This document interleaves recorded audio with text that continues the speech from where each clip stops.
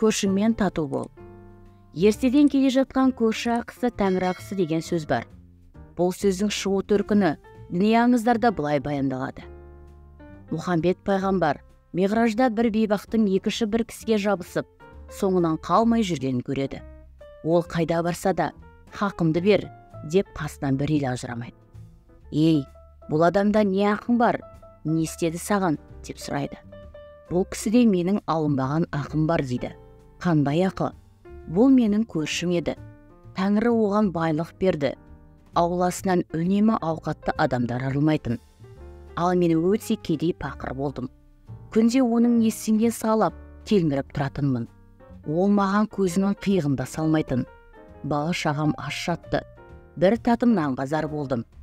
Тәңірі дәулетті бір басына үйіп бергенде, ішіне кедей кепшіктінде несібесін берген еді. Бұл байлығын қажетсіз жерге шашты. Қияметте екеуіміз қатар келіп, Алла берген сол хақымды сұрап жүрмін дейді.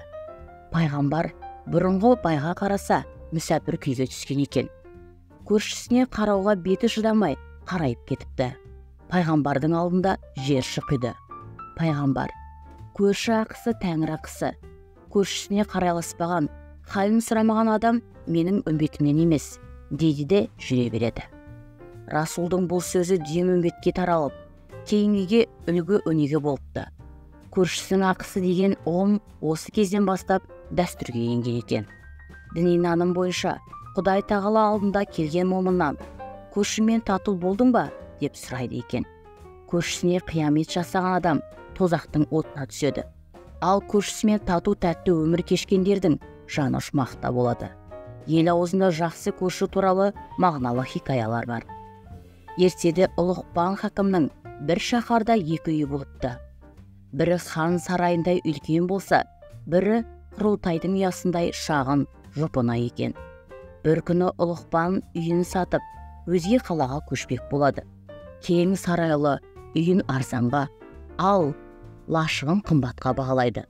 Алушы түсінбей оның мәнісін сұрайды. Ұлықпан хакім: мына үйім лашық болғанымен, көршім жақсы адам. Ондай көршіні Құдай өзі нәсіп етпесе, шамамен іздеп таппайсың.